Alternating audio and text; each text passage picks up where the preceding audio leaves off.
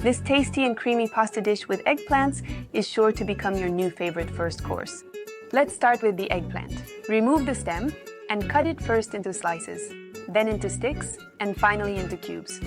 And in the pan. Now the datterini tomatoes. Cut them in half and throw them in a baking dish too. Let's move on to the seasoning. For the eggplants, add some olive oil, salt, a little chili pepper, and some chopped basil. For the cherry tomatoes, more oil, a pinch of salt, and some brown sugar.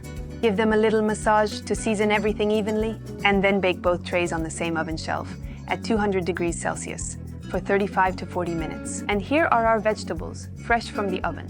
Set aside some eggplant cubes to use as a garnish for the dishes. Then, collect all the juice from the cherry tomatoes and add it to the eggplants.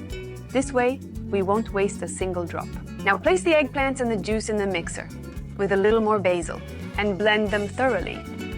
The cream is ready, pour it into a pan and we can toss in the pasta.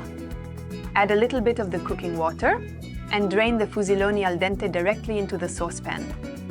A little more cooking water and top the pasta with a drizzle of raw oil and a little more basil. We'll give it one final stir and we can plate it. Top with a few cubes of eggplant and our cherry tomatoes and a few mini basil leaves for a nice touch of green.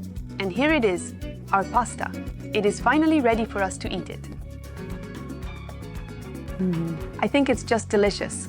Please try it out and let me know how it goes. Bon appétit!